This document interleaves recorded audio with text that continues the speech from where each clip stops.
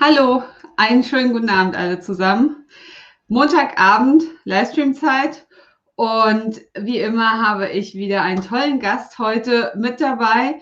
Diesmal wieder jemanden mit aus Irland. Wir freuen uns auf euch, auf eure Fragen, auf eure Kommentare und heute Abend zu Gast ist bei mir Fionnán. Welcome to the show, Fionnán. It's great to have you here on the live stream tonight. Dankeschön. Glad to be here.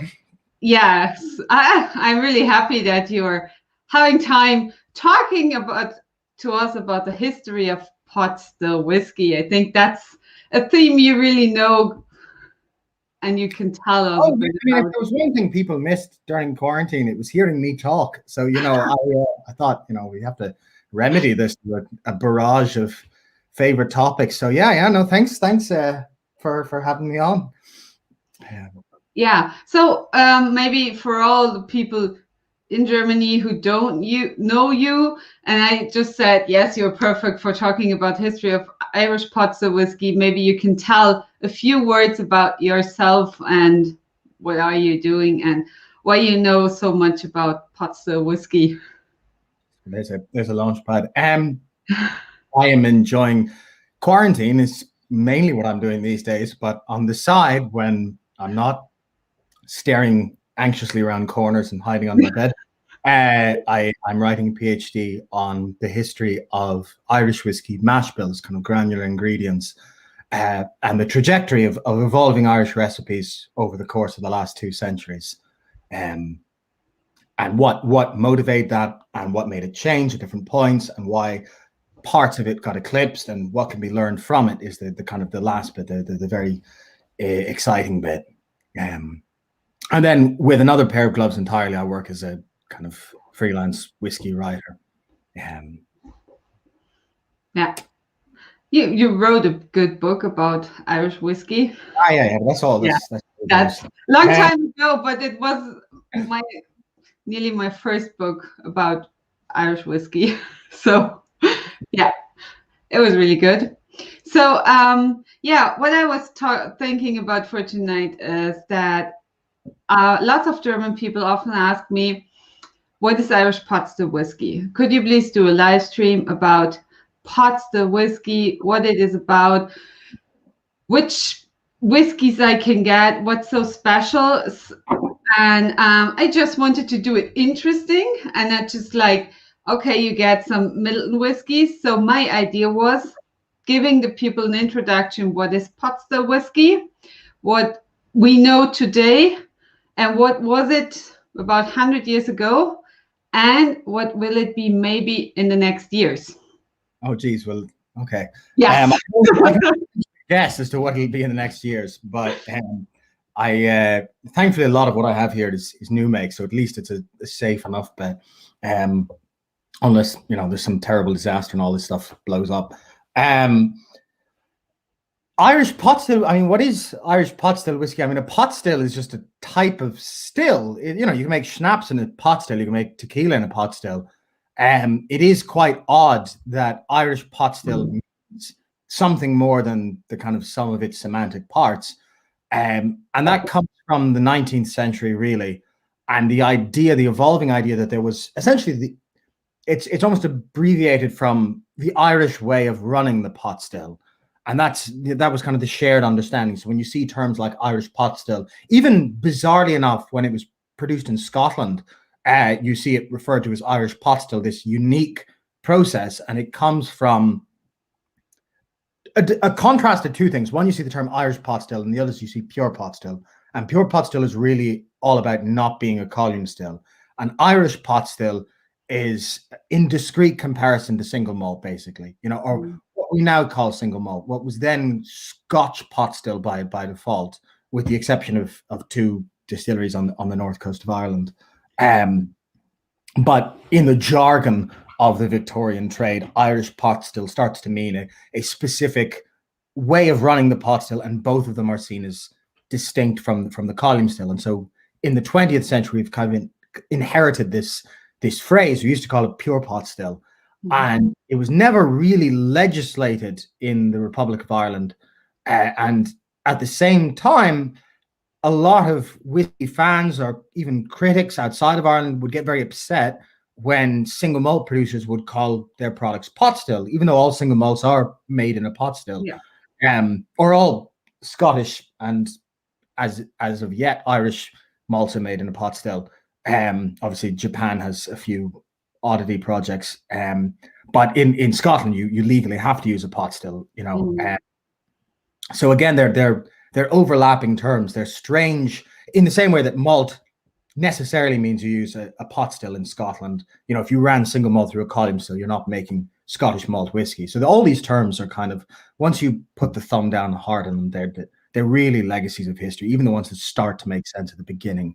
But none more so than this weird idea of Irish pot still or pure pot still just being abbreviated in Irish whiskey jargon to pot still, which is just really odd. But people talk about it casually. They say pot still this, pot still that. And it does come from that, again, history of Irish distilling. And essentially it means Irish mash bills, or a unique tradition of Irish distilling that involved running other stuff than straight ale. You know, unhot ale is what you run through a single malt whiskey distillation. Some other thing made of malt, raw barley, and for most of its history, adjuncts, other grains, oats, wheat, and rye. Now, those have all disappeared. They kind of fell off. The last of them was oats, and that fell off in the 70s, in 1974 with the closure of Old Middleton. So a lot of this stuff is floating around, but the bedrock of it would be definitely that weird dialogue between malt and raw barley, and other stuff. And raw barley is really the cornerstone. If you want to get what makes the clock tick, it's raw barley, and that's the constant across the whole thing. In modern parlance, kind of when you see single pot still written on a bottle, it usually comes from Middleton or some of the young stuff coming from new producers, but most of it is from Middleton. And they make a range of different pot still styles based on how they do the distillation. But the concept is essentially malt and raw barley together, usually about 60-40 barley to malt, occasionally 50-50, but within that parameter. So again, what has survived is very much that idea of raw barley. And what raw barley does, I mean, in every other respect, it's the same thing as single malt whiskey, with the difference coming from this granular decision at the outset. And what ends up happening is you don't get as much sweetness as you would with malt, because obviously malt is very sweet. You malt grains to make sugars, obviously, to convert into alcohol. But you get in its stead, you get these strange, oily, damp, slightly kind of like resin tasting. A lot of people describe it as texture and spice. Those are the two keywords that stand out. Yeah, that's right. Heavier drink than malt whiskey. It's oily, and you get this weird, like pine cone meets ginger kind of bristle off of it. That's the other thing that lights a lot of people's eyeballs, you know, when they taste it. And it's that kind of paradox mixture of something that's very bristly and very spry and very aggressive in a way, especially at cask strength, and then this oil, which is very mouth-filling, very mouth-coating, and very hefty, and very luxurious. And then at cask strength, again, that becomes quite complex because alcohol is obviously mouth-drying, and so you get that and oil at the same time. So it has its own weird vocabulary, and, you know, it, in its most recent incarnation, it is a survivor. It is a miraculous survivor of the catastrophe that happened to Irish distilling. It's a miraculous survivor of the reimagining of Irish whiskey in the 80s into a kind of a smooth blended drink. And a lot of people who get sold Irish whiskey abroad are told Irish whiskey is light and smooth. And what a lot of people don't realize is that entire pitch was by and large invented in the 70s and really the 80s and 90s to put distance between the old reputation of Irish whiskey, which had been that it was very heavy and very dense and gave you a hangover. And now you have fanatics, well, you always had fanatics looking nostalgically back to the heavy, dense stuff that gave you a hangover, longingly looking at this skeleton of something that was always a bit moodier, a bit heavier, a bit darker.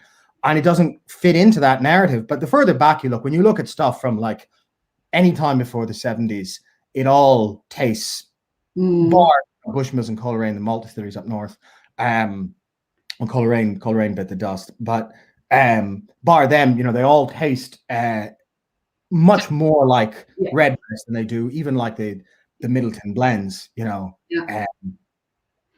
much heavier. They are not really fruity and light, and there is much more spices in them. And what I think, what you said, it's like lots of people say that Irish whiskey is smooth and fruity. And when I started this business in 2011, and I had my first trade show in 2012, and I set up about 20 different whiskeys. And it was like, okay, I can nearly say to each whiskey, it's light and smooth and fruity and vanilla. And today you have so many different choices. And now with the category pot still whiskey is growing, I think it will get really, really interesting what's happening on the Irish whiskey market. Yeah, I mean, the categories, oh my God. Sorry, I haven't tasted this one in a while. So this is the only modern that got the pot still name. So the least Jameson-like Jameson, since the closure of the pot still distillery of the Bow Street distillery. But I remember when that came out, because that would be the cusp. The 90s was really when they got good at making these effete, vanilla-forward blends. These kind of melt your teeth off. They're so sugary. And some of them can be delicious. But they had that weird. Jameson Gold and all of these that came out, they got very good at making that kind of blend around the 90s. It was on the bedrock of that they started really pushing. I mean, what was it? 1995 is when the revival really starts to financially kick in and hasn't stopped since. And from the premium blends down to the core blends, Irish whiskey reinvented itself as attractive, as light, as unsmoked, as silky sweet, not even silky sweet, but like silky and sweet. It has that weird, even when you drink a normal Jameson, it kind of trickles down your throat. And that's, again, there's a little bit of pot still in it. And I think that is the core difference, other than smoke, between it and the mainstream blended scotches, is the lack, most blended scotch at least tips a little bit of Kalila in or something. Whereas, Jameson doesn't have that, but it also has that weird textural thing. And that's still beholden to pot still, but that blended identity was something very, very different. I was a wildly successful sales pitch. Irish whiskey became the fastest growing spirit in the world and has remained so. Now you then get like curmudgeons like me, kind of, and a lot of my friends and people I care about, complaining that this is an assault on the history of Irish whiskey. This is not what Irish whiskey was at all. And right before the real boom happened, those people were a lot more vocal, and there was a lot less to talk about. So you heard them talking about it a lot more, not even that long ago, like 2010. And now there's just so much to talk about that people are excited, and you hear less of this kind of grumpiness. But there was this idea for a very long time, a very focused kind of cultish type adoration in the dark, with no international, well, not acclaim, but no international following, no international attention outside of like Michael Jackson or various critics who would, Dave Broom, say kind things about Irish pot still, but it didn't have attention. And like anything starved of attention, it became a bit strange, and it definitely turned into and there weren't that many of them to be had. And when this came out, so this was right at the millennium, and it really just gave old men young breath for the first time in decades, because it was a sign that was not dead, that liquid was still ultimately in Middleton, that it could be gotten. It was there for the getting, as it were. And it was just after that, early 2000s, you start seeing Redbreast 15 come out, and then was it 2011 single pot still as a lineup phrase rolled out. But I have a huge nostalgia for this one in particular, because it was just a one-off blip. Got labeled Jameson because there's no reason to label it anything else. So Millennium bottling, dense, oily stuff that taken from something called MP4 which is a very, very heavy, well, the heaviest, as I understand it, distillate Middleton make. So even within pot still. Yeah, that's right. Or It tastes good. honestly, it's like when you read about like oil spillage disasters on the news or something, like some horrible environmentalist disaster that we can't get our head around. Expert knowledge, the closest I can think of is that sensation right there where I accidentally spilled some out of my mouth just now on live feed like a fool. That strange welling up of just heavy, weighty texture when you swallow. It's not even altogether pleasant. You know, it's not sweet. It's not fruity. It's not even fruity in the way that malt whiskey is fruity. It's kind of vegetal. It's weird. It's an oily. It's like you've left something in the cellar for a bit too long. You have to like, you know, damp, poorly lit environments to kind of get a sense of it. You know, it's such a different drink, and it's amazing that it did survive because nobody wants to drink that kind of stuff. You know, nobody orders that, but it's lovely and it's bewildering. Yeah, Matthias is she wants to see the bottle again, which James is. So this was, and again, it is the least Jameson. You know, it's odd to think of it as a Jameson because it's not.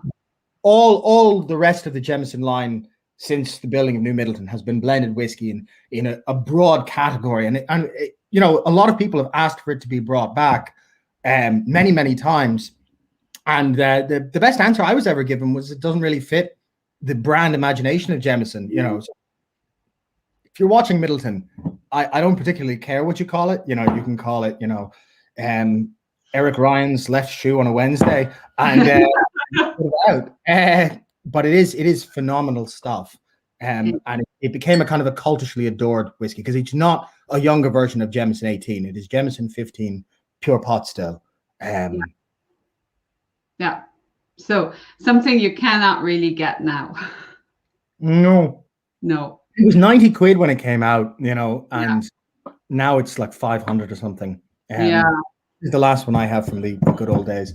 And even it's, you can see it's oh yeah, there's just the I know. And Mick says it's one of the best. So yeah, it's just incredibly dense, incredibly oily, incredibly almost like camphorous. You know, it's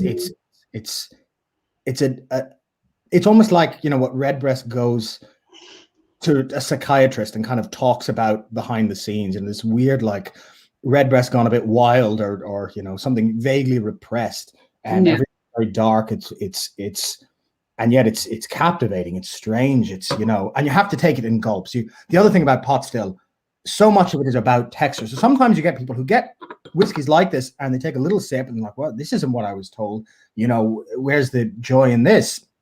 And you take a slightly larger mouthful and then that oil gets to you, you know, when you feel that weight. So this whiskey, when this is a pot still and it's such an old one, is it still the mash bill just malted barley and raw barley, or is there also anything like oats? Or so no, it's classic Middleton. New Middleton Distillery was when the building of New Middleton Distillery was when oats were cut out altogether. Okay. It's trad, what's often called trad pot, in the sense that it's heavily cut. Its faints haven't been refined in an auxiliary system. It has been left alone and given very, very wide cuts. So it's tailsy cuts, specifically cuts from the back, which allow more of that oil to come through. So you can roughly make light pot, mod pot, or medium pot, and heavy pot. And they used to distinguish, they've kind of blurred them recently, but they used to distinguish heavy pot from trad pot. Trad pot being just a tailsier version of heavy pot. And they stopped making it for a while in the 90s. So when this came out, there wasn't even stock behind it to replace it. So it's an odd, you know, once in a while people have requested this kind of stuff. And I assume Middleton are intelligent and they realize there's a space for it. I'm sure there's plenty of it aging to fill it. Okay. But it's a slim product. Yeah. So You have already mentioned that in the 70s, the mash bills, or till the 70s, the mash bills have been different to today. And I think it's nice to talk about some of the new distilleries, what they are doing now. And I know that some of these guys are doing pot still whiskey, which is non-GI conform. Oh. And I've been often asked, what is GI conform at the moment? So maybe you can do a short explanation about that, and then we can talk about what the new ones are doing now. Yeah, no problem. Well, I think, and of course, I've given that the thesis, the PhD work is on old mash bills. I get asked this an awful lot, and so I try and keep the thesis away from it, but then similarly just be blunt and honest about the historical truth. And yeah, historically, the current legislation does not reflect A, the deep history of Irish pot, but B, even the comparatively recent history of Irish pot, stuff from the 60s, stuff from before the closure of Old Middleton rather. And I think a lot of people haven't been told that, or the information is still quite vague. And if it were all just laid out in the open, it would seem really strikingly obvious and strange. So hopefully that all gets fixed. I'm of the opinion that it will get fixed. It's just too absurd not to, But yeah, if you take it back, I mean, there's a lot of Irish whiskey is very good at mythologizing itself, for starters, and we create kind of narratives about this happened and then that happened and blah blah blah. And obviously the past, when you look at it, is much more contradictory. You get exceptions, you get this, you get the other, whatever. So you're talking about kind of average practices. But from the 1700s, you start seeing, which is weirdly enough when whiskey starts being, whiskey before 1750, whether it's Ireland or Scotland, is not really whiskey in the sense that we refer to whiskey. It's not barrel aged for any time longer than a couple months at most. It's usually doctored with herbs or fennel, or in more grotesque examples, stuff that's not as pleasant, but still a compounded drink in many cases. And also, still mixed with other bizarre, you get weird half rum distillates being done in the early 1700s. So the history of whiskey is a lot more Wild Westy than we've been told. It wasn't like everyone made malt whiskey and then made it as it is now. That's not true. That's not real. But if you look at what happens, there's essentially malt in tandem with a kind of a mixed mash distilling tradition in Ireland, usually revolving around different kinds of malt as well, malted oats as well as malted barley. And then you get various government interventions like the malt tax, but also the banning of oaten malt and the banning of wheaten malt, which makes oats go raw and this and that and so forth, and reshapes and reconfigures different aspects of that. And over the course of the late 1700s and the 19th century, Irish whiskey kind of creates a personality for itself that is very different to how Scotch sees itself. And by the time we reach the late Victorian era, kind of Alfred Barnett, they're seen as so dichotomous that even when Irish style whiskey is made in Scotland, it's called Irish style whiskey. There is this sense.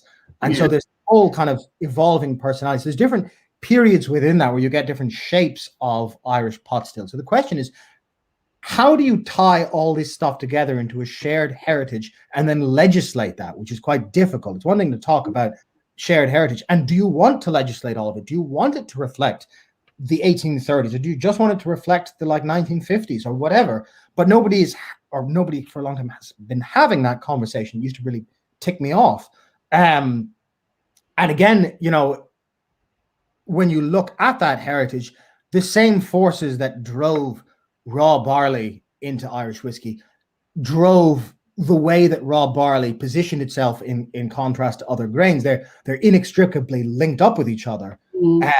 So again, the GI as it currently stands is no less than 30% malt, no less than 30% barley, and no more than 5% other stuff. And it's that last bit that's annoyed quite a few people. Yeah. And I think it will change. It's just too preposterous. Whenever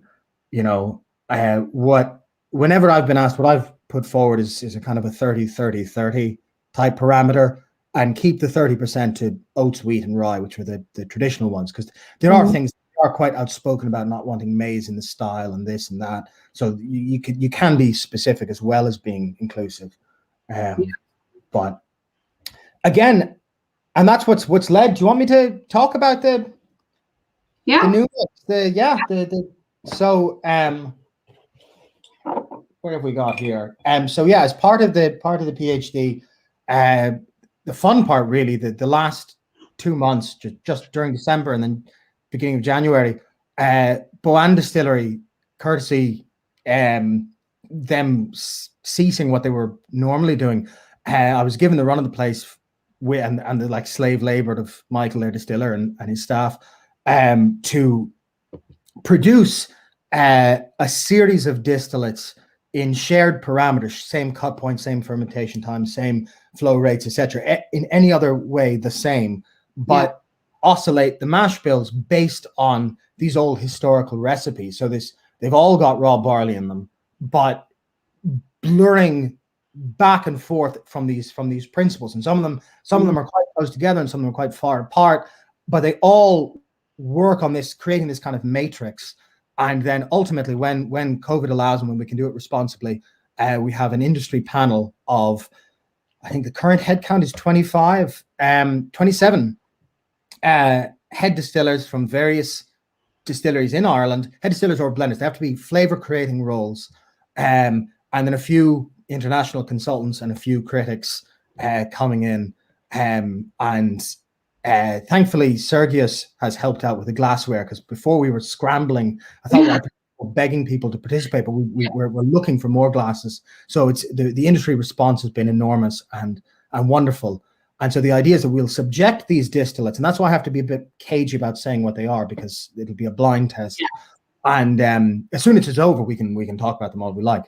But when it happens, they'll be asked specific questions, and some of those are from me, and some of those are from our collaborators over at Heriot Watt in Edinburgh, who will then be taking those answers and running analytical specs, GCMS specs on the distillates to see what we can extrapolate and see what can be learned. They'll be producing a parallel publication on that basis. So it's all very, very exciting. And as it stands, very few people know what any of this stuff tastes like.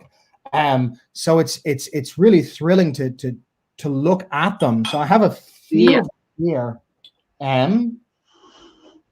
So Brandon is still watching, and he said the 30-30-30 would be amazing. So also no issues being malted or unmalted barley for the 30-30-30. So yeah.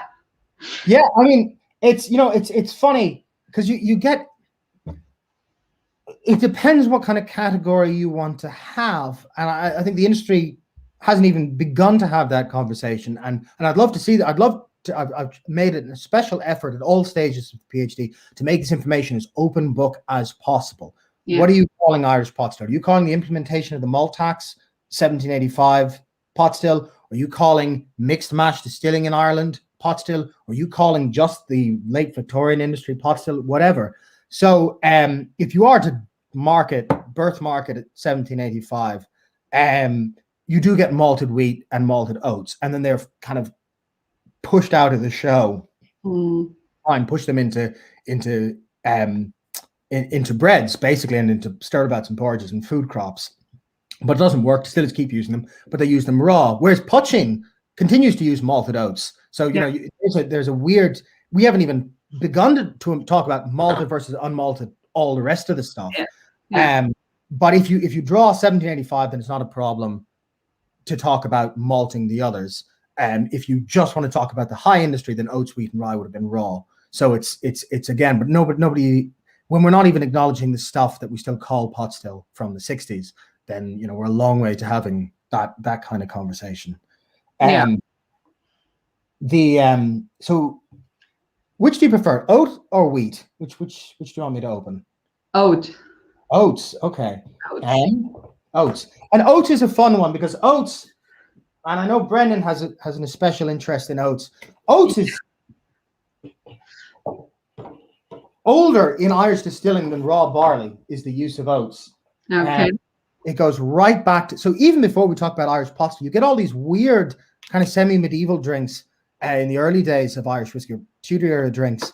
So there's an infamous one called Bolcon, Willick Down, the madness of the head, or literally idiomatically a blow to the head. It's made of malted oats. And you see malted oats, you see words in Irish up to the early 20th century. I was having this conversation with Brendan in Dineen's dictionary, early 20th century Irish dictionary. There's references up in the Rosses in Donegal to a phrase called belty, which is for oats specifically used in poaching, oaten recipe, oaten adjunct. So it does, and you see all these references to malted oats being, so that's already there at the start. And actually early Irish brewing, before the introduction of stout, Ireland drank one of two things. Either it drank something like a simplified red ale, or especially in rural Ireland, you drank Curran or the descendant beers of Curran. So the older kind of Gaelic beer is a muddy mixture of malted barley and malted oats, usually 50-50 or 75-25. We know a lot about it because early Elizabethan colonists in places like Youghal in Munster never shut up complaining about it. They can't stand it, this unhopped thing. So it's not unnatural that becomes reflected in the distillation, that the beer, for want of a better word, becomes the whiskey. And so right from the start, it's already muddled. And I mean, you see references to wheat being used again from in fact, the very first reference to a grain called out on its own I found is in the Kilkenny Marketown records in 1542, I believe. And it says, they're talking about the Irish town, literally, the area outside the proper Norman city. And they're saying, when they're making aquavita, and it drives up the price. Wheat and other corns made dear. So there's already this muddle from the get-go. And malt whiskey is part of that. In the same way that ale is not the only form of brewing, but it makes so much sense. It's so mathematically pure, and that it dominates the history of brewing, just straight malted run fermentation. So it's more complex from the roots, but oats go right back to the dream time of Irish whiskey. So it is quite tragic that they, of all of them, when we talk about it honestly, the three, oats, wheat, and rye is the most marginal. Everyone always mentions rye. It's very, very slim. And is almost always there. It's quite unusual, especially by the late 1800s, to see something not using oats. So this is quite possibly the most persistent mash bill in Irish whiskey history. I can't tell you what it is, but It has a lot of oats, but it appears all the time for a very long time. It covers the early 1800s, the high 1800s. It's just, people seem to like it. But it has a fairly hefty wallop of oats. Okay. Yeah, we have one more question. Was Spelt ever used in mash bills? It's not really. You see, you don't see it called, you don't see other grains called out. I mean, the problem is, you get the word corn used all the time. And corn, before the 1950s, corn just means anything with a kernel. It means grain. What we call increasingly corn, as in American corn or Indian corn, is properly maize. So you see corn, which is very frustrating for me, is that you see corn, but then also you get the problem that corn can also mean that grain which is grown most locally. So in Ireland, like, you go up to Donegal and corn means oats. It doesn't mean, any grain, Okay. Taking in the corn means taking in the oats, and I don't want to speak for the rest of Ulster, but I know that seems to be quite a regional thing. And again, all this is disappearing because Americanism is so prevalent in all forms of the English language. But you get weird, more than spelt, you get these odd tillage concepts that come up, like dredge, and you get almost like if you grow oats and barley together in a field, you're kind of hedging your bets. or if you grow wheat and rye were often grown together because wheat needs very good terrain and very good weather to prosper. And there's the idea like, oh, if the wheat fails, at least you have the rye behind it. And so you get these weird mixed mashes already in just the grain. The flours are different. So a lot of these, aside from what grains do people use, tillage was less pure back in the day because you had to be a bit wily about what you're actually even doing, how you're sowing things. You can't control how, the other big one you hear is beer barley, BERE, which is a kind of a crude, not even ancestor, but kind of like the Neanderthal line of barley. They kind of coexisted for a while, and beer, fell out of favor.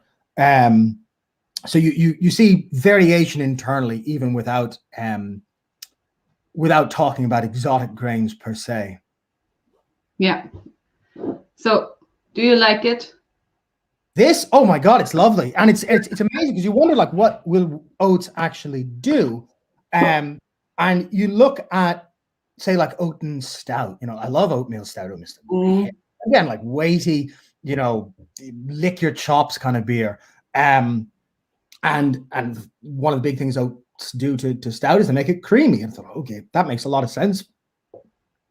You try some of these old Irish pot still whiskies, and yeah, they do have a different kind of texture. It's oily, but it's almost like American Jello, this kind of like gelatinous thing that kind of semi-physical, that kind of crumbles a bit. It's a different kind of feeling.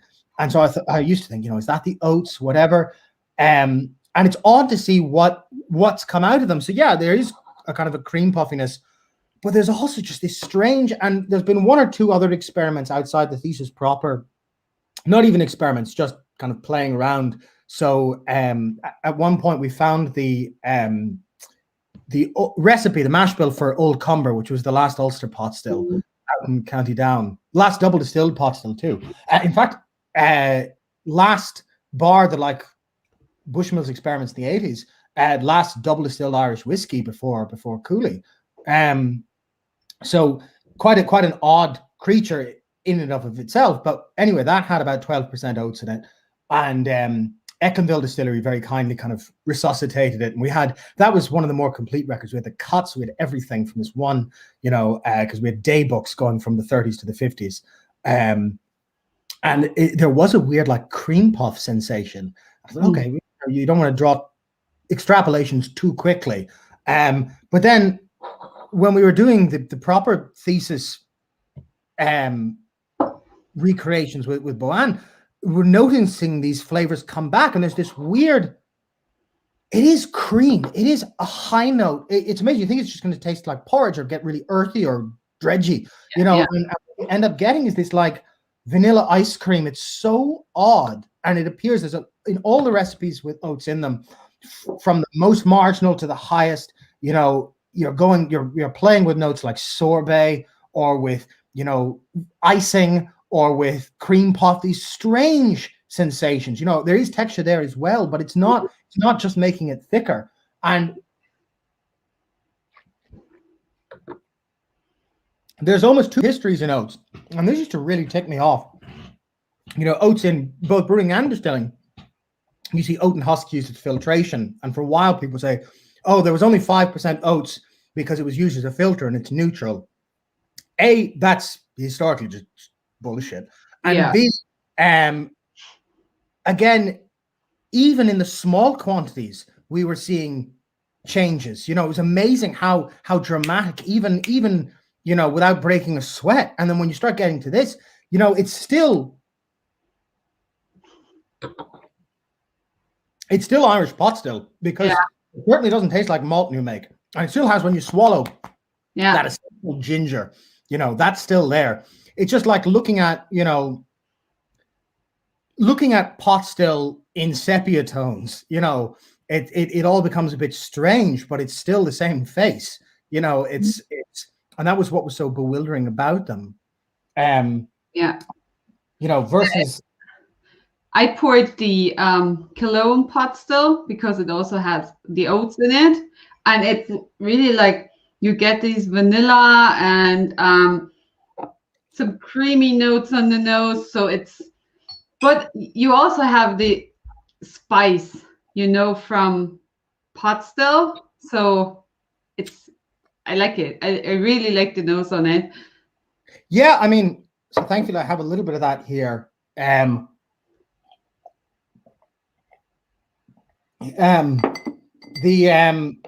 Brendan, for those of you who don't know, Brendan runs a small distillery up in the Mournes, geographically appropriate place because he is roughly to the war on that hamstringing of heritage.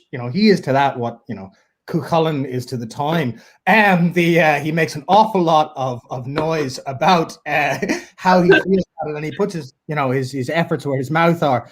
But anyway, so it's he's in a fitting part of the island. But there is, and so what I have here is new make from Brendan. So it's at 55%. So Brendan runs a direct flame small distillery, takes cuts by nose, and runs a mash bill that is roughly half malt and then barley, oats, some of which are malted, some of which are unmalted, and then wheat and rye in descending order, which is odd because it is, in one sense, historically reminiscent, but then he's put his own twist on it. It's smoked, and then he's malting some of the oats and not malting the others. And the malting is really cool. He's burning turf directly in, just with a shovel. It's primeval stuff, and so you wonder, like, if this is as far as you could get from, certainly from what people think Irish whiskey is, let alone even talking nostalgic about like things like this that we're harkening back to a kind of rare old times practice, and yet it still has that spice, that ginger, but there's something about, and I know Brendan makes a big deal about direct flame, and as he ought. Direct flame distilling is really cool because it's eating, and get the Maillard reaction, but it creates this almost like burnt caramel sensation. It's almost like bacon. The smell of bacon is so much. I know I'll get a lot of hate for this, but the smell of bacon is so much better than the taste. The taste of bacon is always disappointing because the smell, even bad bacon, smells so entrancing, so hypnotizingly good. That gristling crackle, whatever, and then you can bite into this like mediocre kind of like cardboardy stuff. Now, even in like good bacon, like Canadian bacon, the smell is just so much more visceral than the whole thing. And when you drink this stuff, it's almost like I could finally, for the first time in my life, after God knows how many bad breakfasts and good breakfasts, get that gristle into taste form and get it smoked and get that creaminess from the oats and get pot still oil and ginger at the same time. It's haunting. And I love the second love of my life is Isle of Scotch. I love peated malt. I love peated new make even. And it's funny, if you smell, I think I have peated new make here. Yes, I do. This is just peated single malt. This is the Great Northern peated single malt, which is lovely stuff, and you smell that, and it's funny. It reminds me a little bit of Ardbeg new make. They have this wonderful, like wet ash type smell. If you ever been camping, the like morning after when you wake up by the coal fire, there's that, and that soot kind of smell. Petrichor kind of stuff. And but when you mature it, the Great Northern, when it gets matured, then the taste turns totally different. I did the Blackrock 7 and I mixed it with their double distilled, and it was a real fruity peated whiskey with not these ash tones. So it's really interesting new make, which turns out very different when it's maturing. Yeah, it's really cool, and fair play to them for doing that, And I bring it up now because, it's the only example I have to hand. Yeah.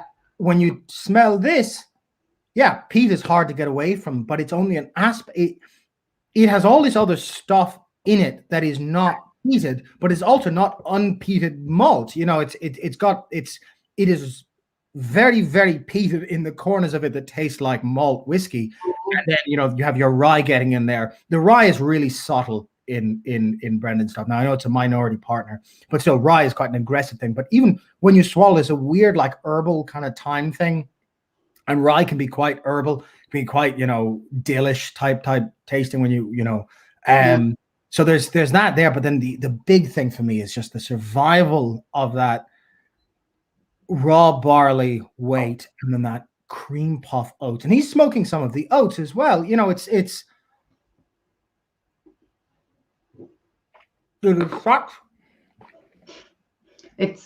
you know, and I have a lot of time for Brennan because, well, for many reasons, but I think Irish whiskey, a lot of Irish whiskey is either contained, or people coming into Irish whiskey contained in the kind of microcosm, you know, petting zoo of our relationship to each other, or distillers' relationship among each other, or they're playing at the big global scale and they understand market dynamics and positioning and this and that, or anything in between, and invariably in relation to Scotch and other spirits at a push. But, you know, you have this revolution that is going on globally, from Australia to France, you know, strange, bewildering world whiskeys, being Germany, you know, you have all this stuff coming out that has no rules, no baggage behind it, and it's doing all. You look at American distilling outside of Kentucky, you know, like American craft distilling, and the, you know,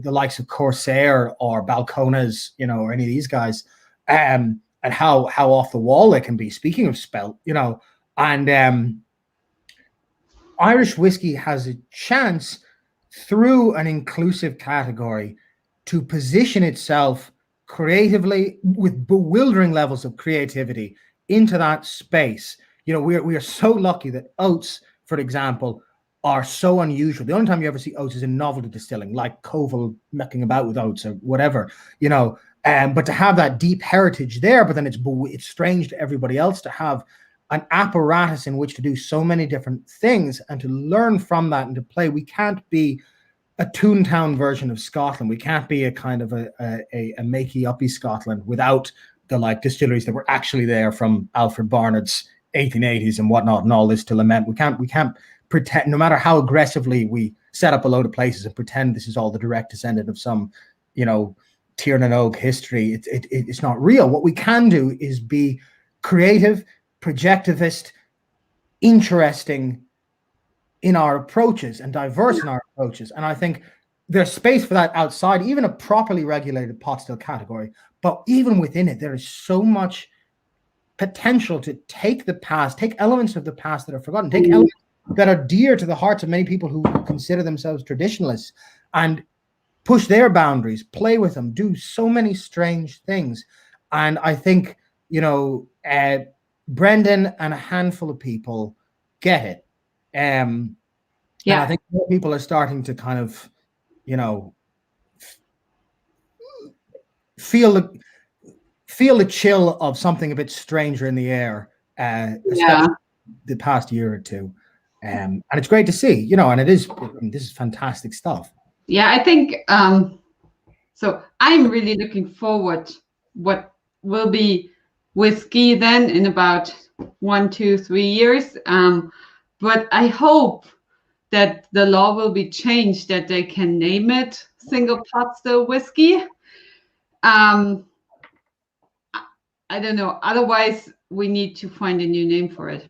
Well, this is it. And, you know, I mean, at the end of the day, and if I can, these boxes are too good. They're all very felt bound.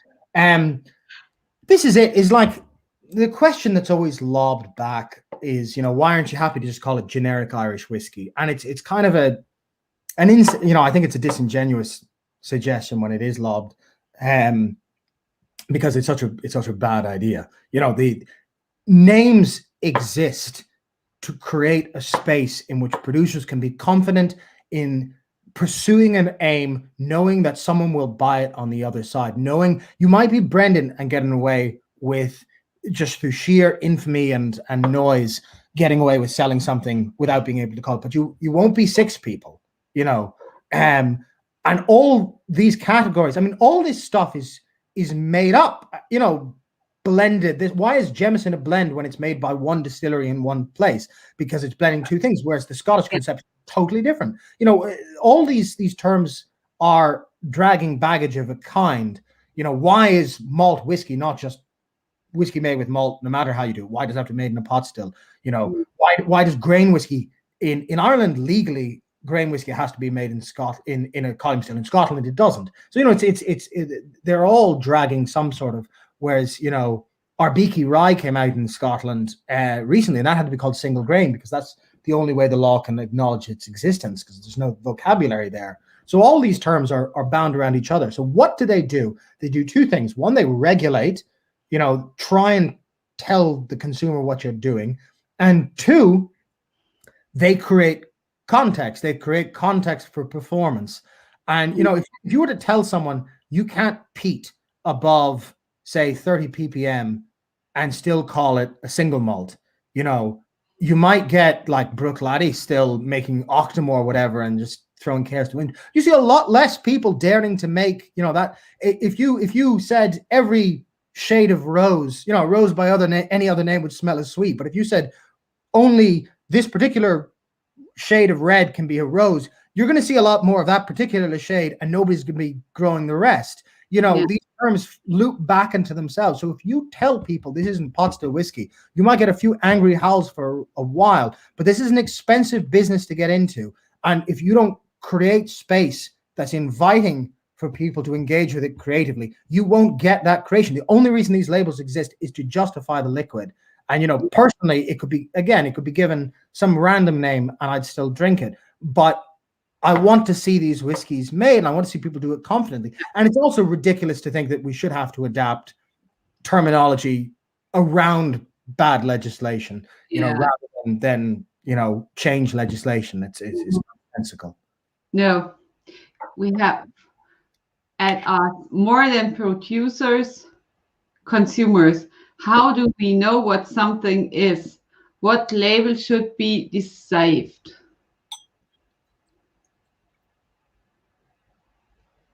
Yeah, I mean, the label should not deceive, I think is what, the label, I mean, there's a lot of deception. There's a lot of gumbeanmanship, we're good at that in Ireland. A lot of, misleading stuff, and people are getting better at cracking down on it, and I think it made great strides. There's still a long way to go, obviously. But yeah, it's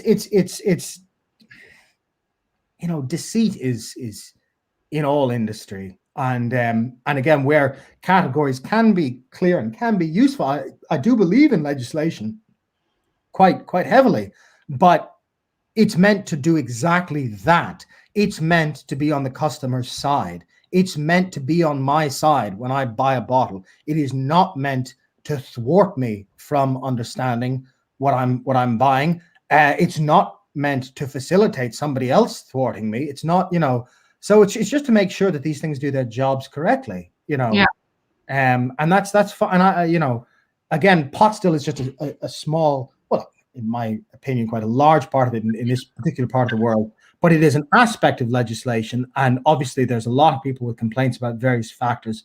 But I can only handle one thing at a time, and hopefully we can get this particular demarcation of a very peculiar, very exhilarating, very strange practice that encompasses everything from this to Brendan to the Otis that I was drinking from Matty, that they can be an amorphous and yet shared heritage, and give that space to evolve and space for new people to come into it and do things other than make just young Middleton, which is what a lot of people are doing, and there's nothing wrong with young Middleton, but it's already done, if you want to, and there's no reason why Middleton, quite frankly, and they may already be playing around with, what coherent response to a nonsensical idea. It's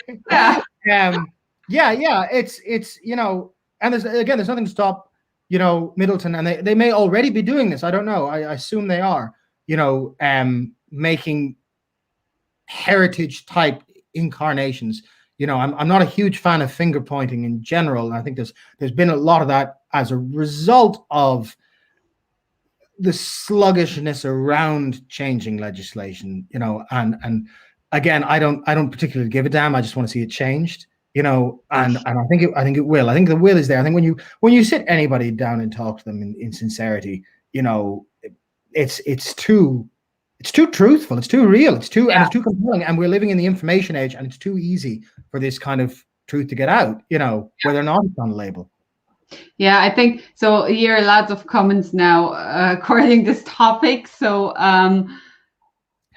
Tina says, well, all the restrictions put all the info about liquid on the back level and not let the consumer decide what they like. Yeah, I mean, it's funny because, and I'm drinking another one of the thesis mash bills.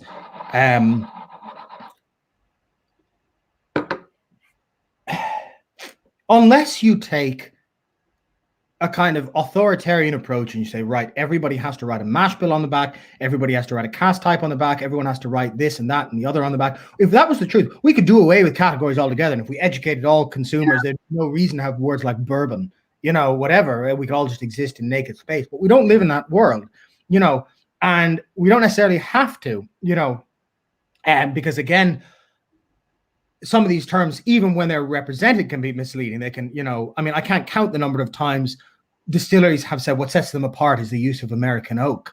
And of course, with a little bit of cluing, you know, everybody uses American oak. That's not different. But they're giving information while being disingenuous about it. You know, so you can still find ways to bullshit people. You know, in the most tight circumstances, you know, pettiness and gombeanmanship again will survive. You know, they're like viruses. So again, and obviously, even if you consider that kind of rigorous labeling ideal, labeling didn't come out through that to begin with. Labeling, the history of labeling is a hodgepodge, not even a hodgepodge. It's a tug of war between regulatory and promotional forces.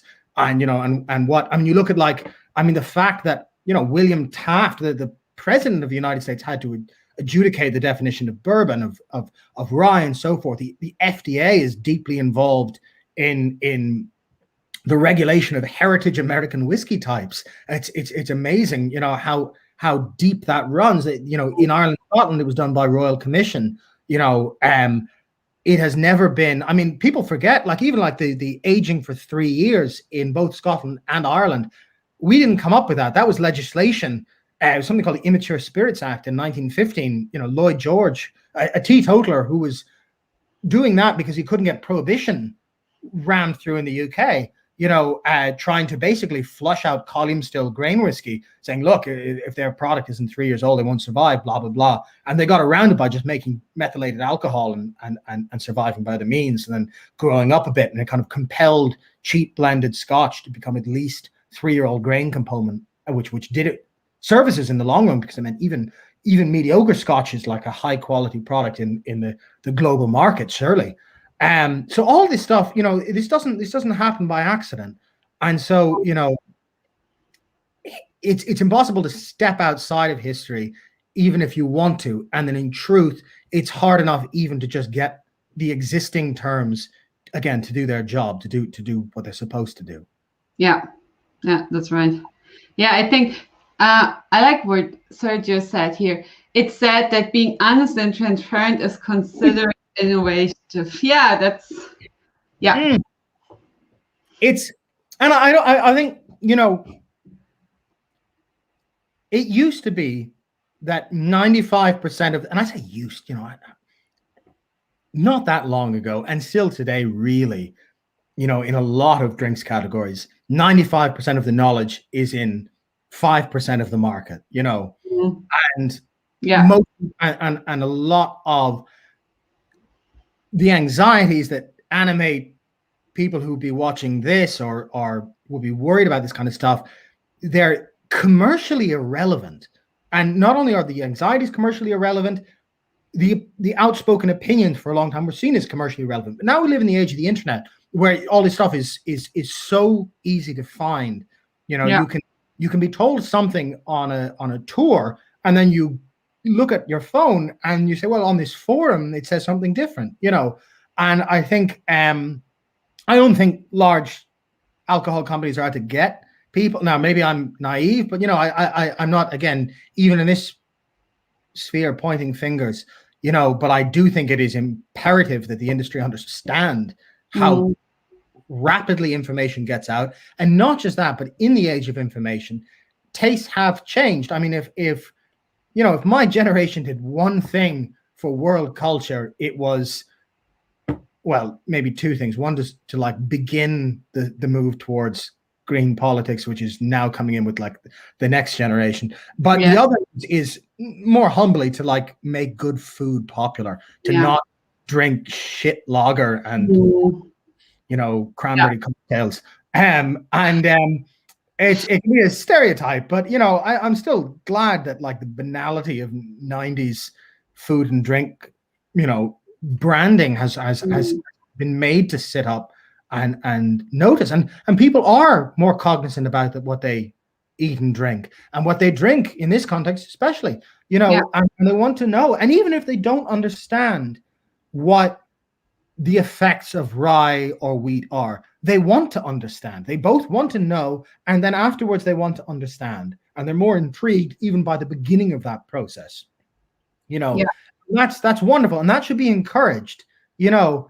And I think there's so many open resources that are out there to allow that to happen, that labeling kind of has to keep up with them. And it is odd because in this case, we're not even talking about clarity. We're talking about like using ancient, well, not ancient, but, you know, heritage terminology, doing it justice in the sense that it was understood for most of its existence, and to allow a space in which not only we allow creativity within that context, but that we allow even the original manifestations of it to be regarded in a cold, open hallway as what they are, rather than, you know, under cupboards where you can't tell what the mash bills were, etc. You know, and I think, you know, and to be honest, one of the big finds from my research is that there aren't that many mash bills really in Irish whiskey. It's not that dissimilar to bourbon, where, you know, you have really three. You have trad bourbon, you have high rye bourbon, and you have wheated bourbon. You know, and you can oscillate in that, but you have three kind of concepts. And Irish pot still, by the 1890s, you're kind of in that frame. You've got the big heavy wheat, and you've got the small wheat with malt and barley, and then you've got the descending order: oats, wheat, rye. Sorry, heavy oats, small oats, oats, wheat, rye. And then early on, you get weird stuff that dies out. Big heavy wheated whiskey, which kind of dwindles off. So that's what I'm drinking here is the exact polar opposite of what I was drinking before, which was a heavy wheated by a rose by any other name. And it has similarly, I mean, this is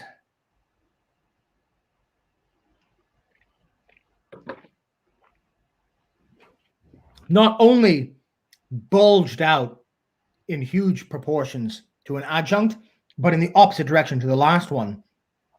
It's less like the pot still we think of as pot still, but it is still it. It is very much it. It just becomes very, and in some ways it's more so actually. On the finish, you get more of that ginger, because wheat is not as weighty as oats. You know, it kind of pulls back a bit, but you get this kind of bready, you know, as you'd expect with wheat, bready, buttery, strange, how would you put it? Again, it's not as bewilderingly odd as oats. It's familiar, but it is odd nonetheless. It is captivatingly strange. And again, there were I argue in the thesis there were very real reasons why wheat vanished that didn't have to do with necessarily preference. But it doesn't come back in the same degree afterwards. You know, obviously the huge one being the famine, and that Irish agriculture just changed irreversibly, and, you know, had like 8% wheat tillage from 1860 onward than what it had before 1840. So, you know, no shit, it's not going to use wheat. But you have, you know, these various trends that like shape the taste, but that's interesting in itself. And of course, you can make whatever you damn well please in Ireland and creative now, but those aren't mutually exclusive either, you know. And I think we are at a unique moment among many other things. You can do things that no one's done, but you can also take back from the past, but you can also take back from the past and play with it and extrapolate and take learnings from it, you know.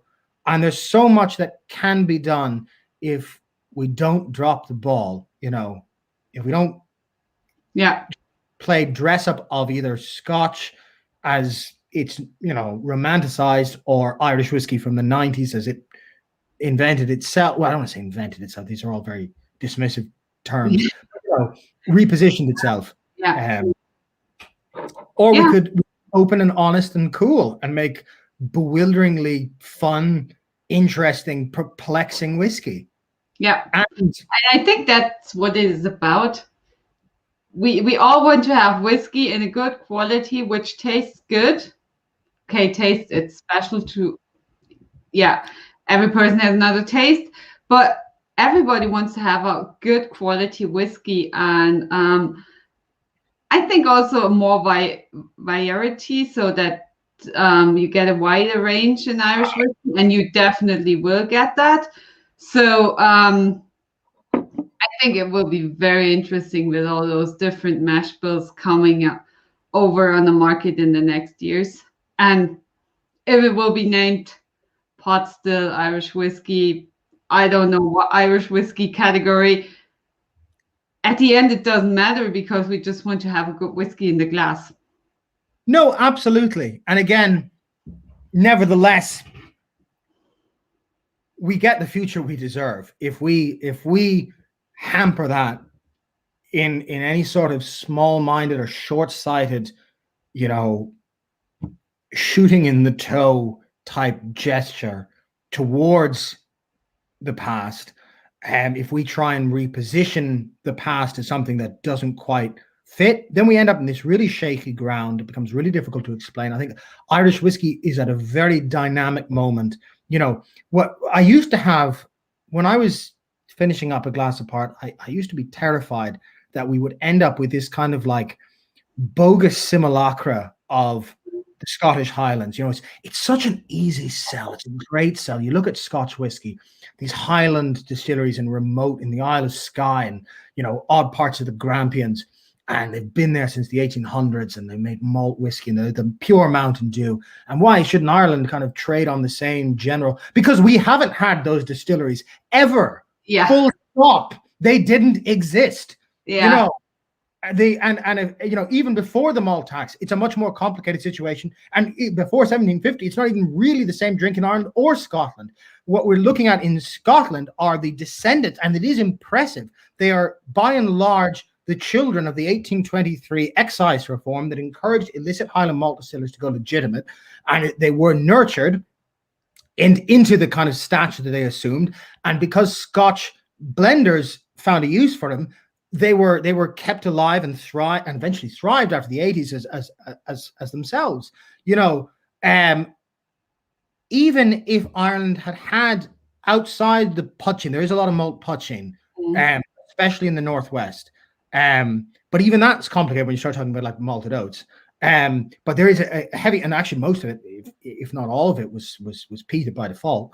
But you had this whole mystique around peated malt putching. Inishowen is what it gets referred to, whether or not it's made anywhere near Inishowen. But we were on the verge, or it felt for a very long time like we were on the verge of creating these kind of makey-uppy single malt hodgepodges. And there's nothing wrong with single malt whiskey. I love single malt whiskey.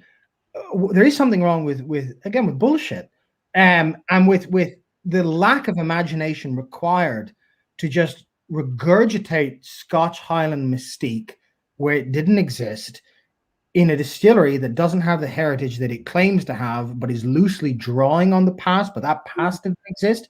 And that was such a nightmare that we could end up with like Roger Rabbit and Toontown, and all the buildings are just facades. And, you know, you look back and there's a Disneyland employee smoking a cigarette, and, you know, it's such a hellish nightmarescape. And instead, or we could have, you know, the like reversion to trying to harp after the past. And, you know, as nostalgic as I can get, I'm not even advocating that. But when you look at global distilling, places that have no baggage and no heritage, or when you look at American craft distilling, which is really more closely related to American craft brewing as a movement than it is to Kentucky and Tennessee and even Pennsylvania and the gang. That kind of, again, projectivism, the kind of sit down with the pens and the paper and come up with something, that started to make its way into Irish whiskey. And you're starting to see that, as well as a more honest engagement with, like, you get like brilliant malt whiskey being made down by, you know, Mark Rainier in Waterford, but he feels no obligation to any sort of past, made, or present. You know, he's just thinking about his project. And that we're seeing more of that on all fronts in Irish distilling. But even when we talk about the past, because the past was lost, because it's gone, even the, like, looking at it becomes a project, becomes a set of utensils. And if you throw that box of colored pencils out the window and you just stick to an eraser, there's not a whole lot you can create, you know. And it's great to see those. It's great to see those new makes, and it was great to try. I mean, I think the last one of these I have to hand is this one here, which was the first one. There was a few things made at Bowen that aren't going into the thesis. They were just projects afterwards, which is great. That's what it's supposed to do. And this was the very first thing that was a learning curve question, you know, because Michael and the gang learning as they went on the logic of what happens when you raise one thing or another thing, or put two things together, or whatever. So this is high raw barley, so very, very reminiscent of that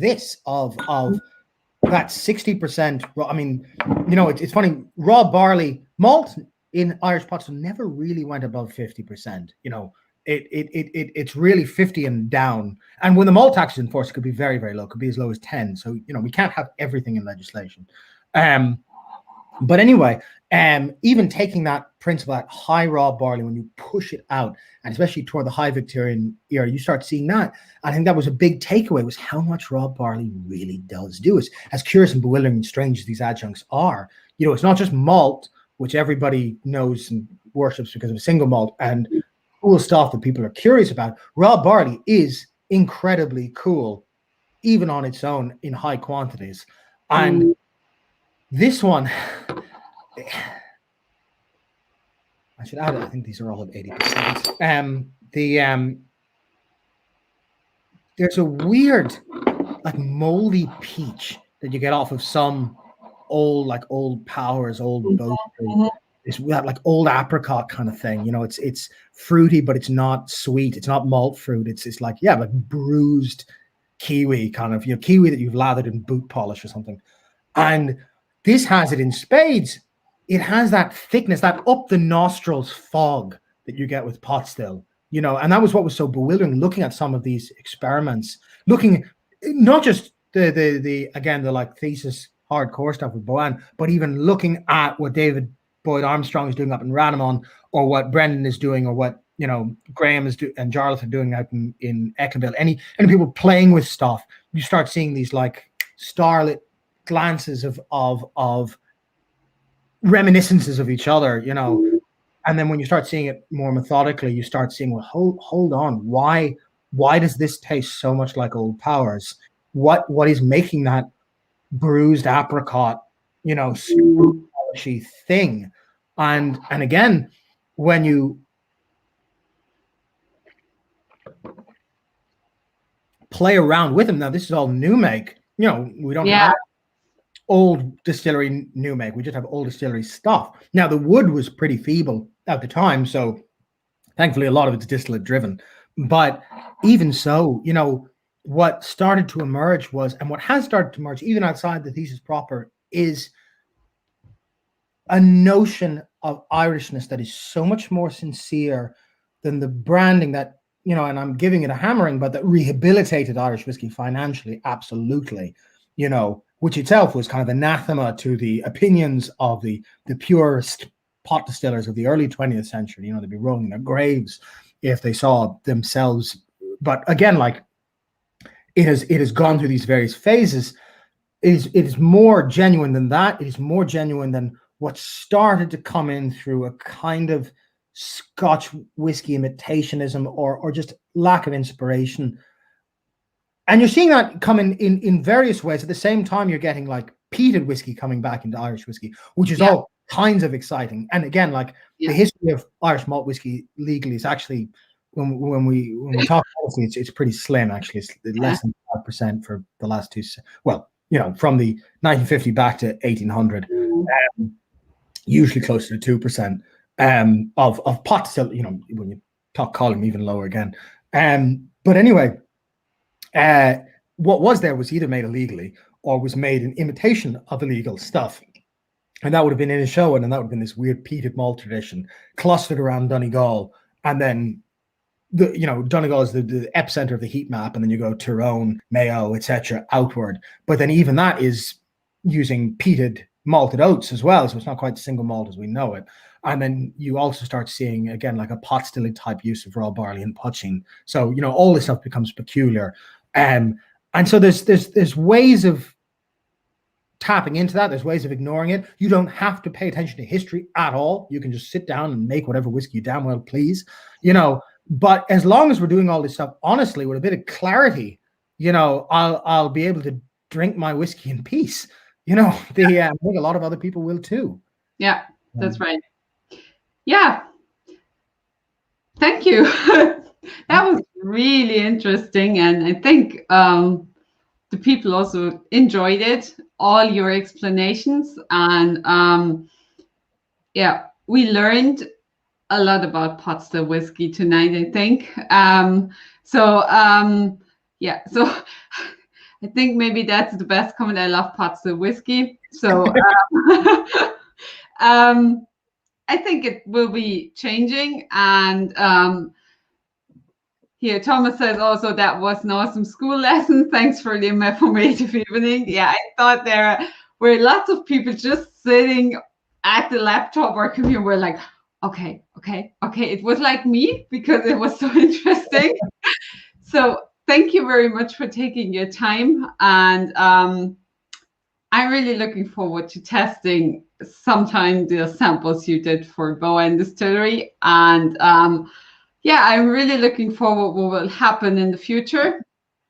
And well, I believe you own, because they're selling them off when they're done with them. I believe you have at least a cask of new make.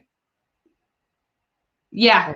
Is that not to be said? I'm sorry. Yeah, no, that's fine. Yeah. I'm unrelated to the process, so but when we get a chance to travel, I'd be happy, and when all those are offloaded, happy to crack one open with you and see what we find. Yeah, I think there is just one last question. I know people are saying goodbye, but this is interesting. Is there a danger of having too much variety in Irish whiskey so that it gets to the point where you can be overawed by the varieties or obscure cask finishes available? Well, I think overawed is a generous term. Disinterested is what'll more likely happen, where you just get so much white noise that nobody cares. But that white noise is already there. You don't need to do anything to whiskey to make it interesting in any way, to create static electricity, white noise. There are so many brands out there already doing that on nothing. So many bogus marketing stories, so many, again, bizarre levels of disingenuousness plastered to whatever. And even aside from the stuff that's irritating, there's just so much stuff that, highly informative, procedurally driven whiskey makes up such a small part of the story, that it can't hope to aspire to that kind of white noise, and I think often when specialist production, when sincere creation does happen, it's often a way of cutting through white noise. It's often a way of making a distillery heard and making itself stand out. And so that's it's almost like you're starting to get fixed points in an otherwise, I don't want to say awe, but some sensation inducing spread of so many variables and buying options. How many people really know how Springbank 2.5 times distill? But a lot of people Springbank Scotch is peculiar or strange, whatever. How many people know any of these quirky features about distilleries, but they know that enough people know close to them that the word gets out that these guys are honest and doing something cool and strange, and then that builds a mystique, and then that mystique speaks for itself. And I think it will take a very, very, very different industry in a very, very different time where we would even have the problem like, oh wow, there's too many bewilderingly cool, totally transparent options to choose from. I long for that day when we're overawed and overloaded with just pure transparency and creativity, but white noise is not the problem. White noise has been around for a long time and is going to get bigger, and broader. Yeah, great. So that was the last question. Thank you very much for taking your time. Thank you very much for your view of pot still whiskey, for all your knowledge. And the audience, I wish you a nice week. Thank you for watching us. And hope to see you soon. And hopefully we will meet again in Ireland soon. Yeah, absolutely. Yes. Thank you very much. Thanks. Bye. Good night.